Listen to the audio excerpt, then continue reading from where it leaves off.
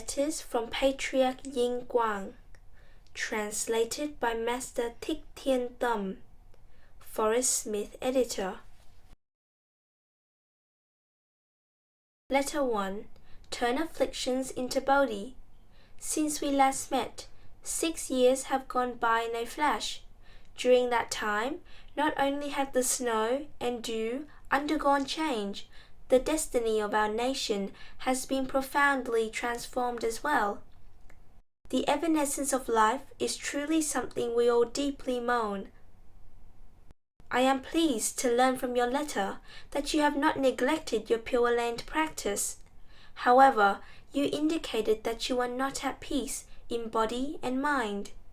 Could this be the result of financial difficulties or chronic illness? If you suffer financial hardship, I suggest you retreat a step. You should reflect thus: although there are many in this world more fortunate than I, those who are less well off are hardly few in number. I should seek only to escape hunger and cold. Why dream of riches and honor? Moreover, if you are content and at peace with your circumstances and surroundings, you can even turn afflictions into Bodhi, enlightenment, not to mention grief, into peace and joy. If you suffer chronic illness, you should reflect deeply that this body is the very source of suffering. Develop a revulsion towards it and strive to cultivate the Pure Land path.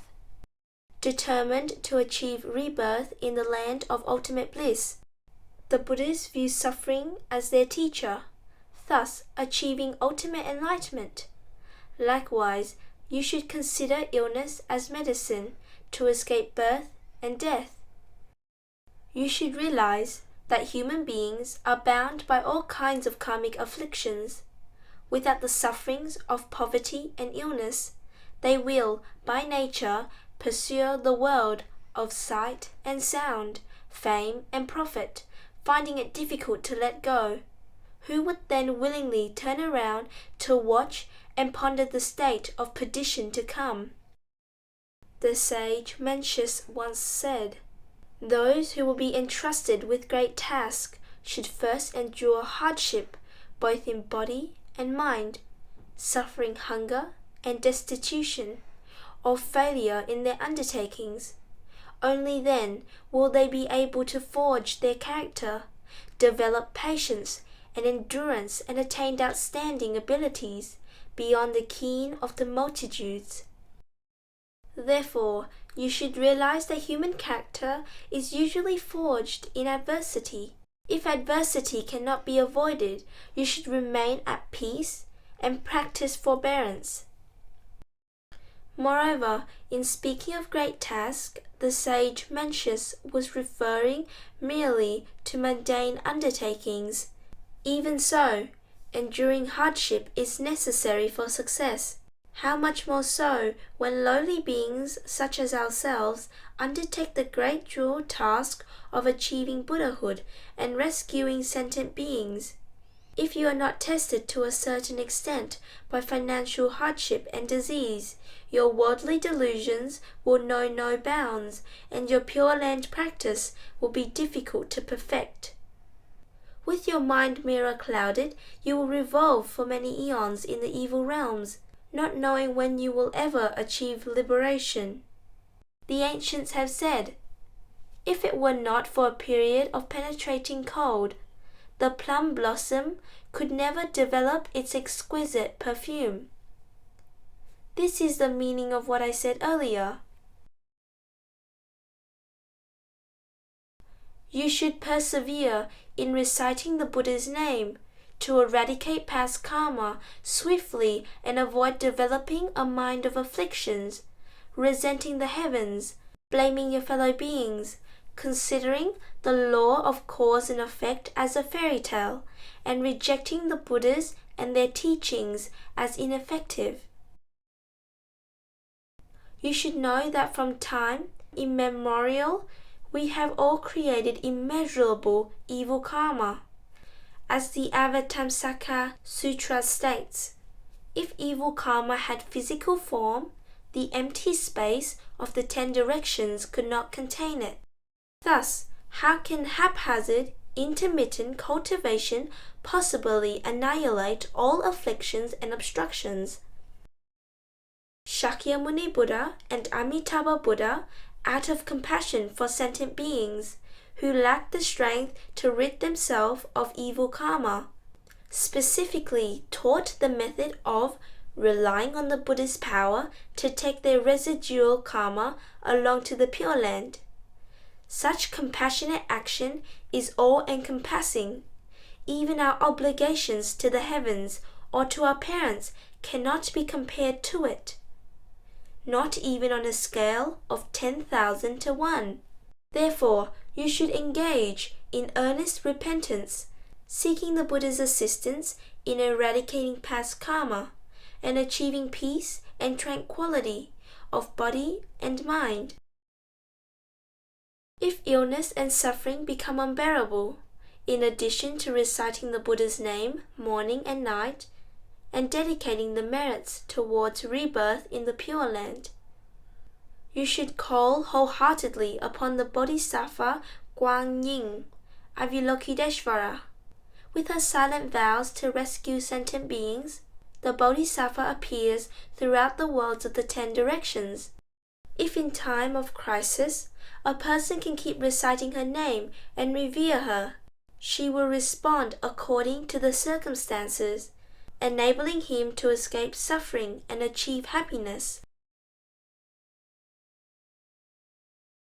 Although Buddha recitation is simple, it is very deep and encompassing.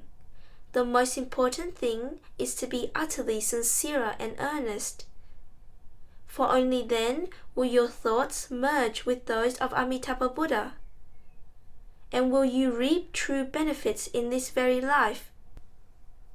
If you are lazy and lax, lacking even the least bit of reverence and awe, you may sow the seeds of future liberation, but you must still bear the inconceivably evil karma stemming from disrespect and over-familiarity.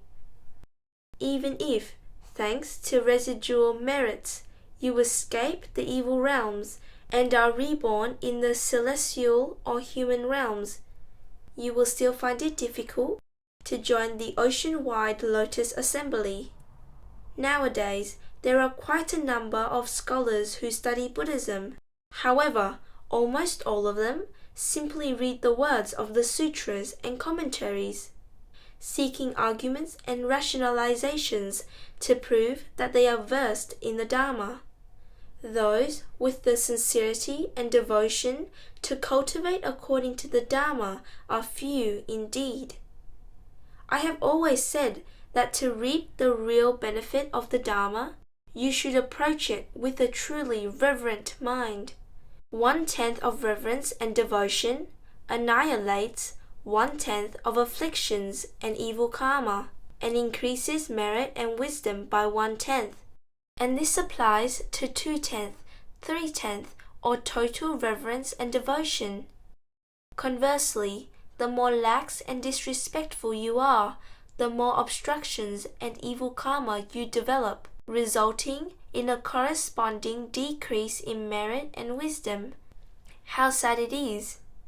When you meet with other laymen, you should counsel them along these lines. This would be a great Dharma gift.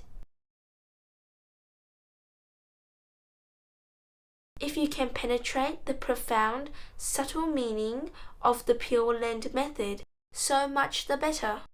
However, even if you are not entirely clear about certain aspects of it, you should still believe firmly in the words of the Buddhas and the Patriarchs. You must not harbor doubts. To doubt is to turn your back on Buddha Amitabha, distancing yourself from him, making it difficult to be in communion with him and be received and guided. At the time of death, the ancients have taught, only the Buddhas can truly fathom the ultimate meaning of Pure Land. Even those bodhisattvas who have achieved near equality with the Buddhas cannot grasp it completely. If even the highest level bodhisattvas cannot fully understand the Pure Land method, how can we expect to assess it with our own limited minds and capacities without falling into error? Intelligent persons these days may study the Dharma, but since they have not been in the company of fully enlightened sages, they almost always emphasize theory and noumenon principle, while rejecting phenomenal cultivation, as well as the law of cause and effect.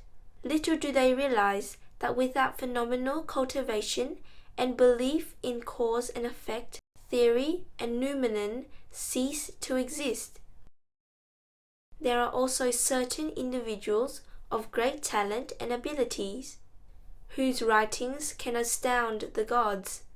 However, their actions are no different from those of the dullards in the marketplace. The root cause is their rejection of phenomenal cultivation and cause and effect. This grave error is repeated by other people. It is a case of betraying the Dharma with one's body, actions. The depth of such offences and transgression is immeasurable.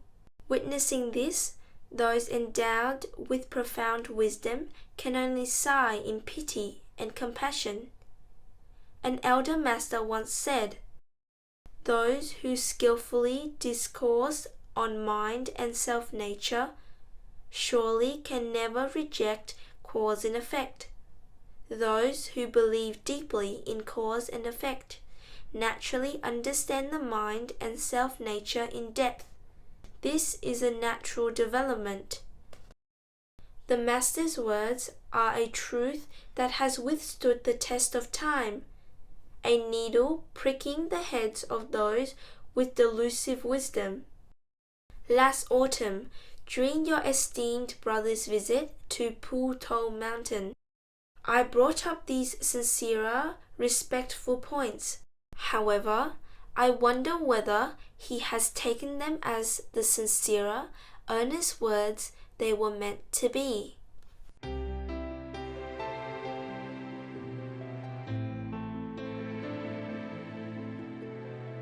May the merit and virtue accrued from this work adorn the Buddha's Pure Land, repaying 4 kinds of kindness above and aiding those suffering in the path below.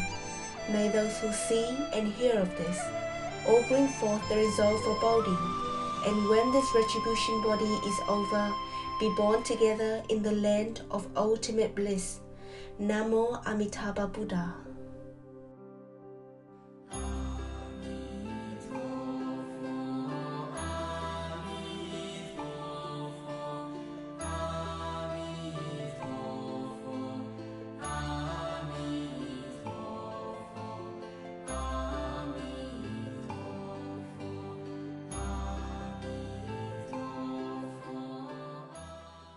Namo Amitabha Buddha.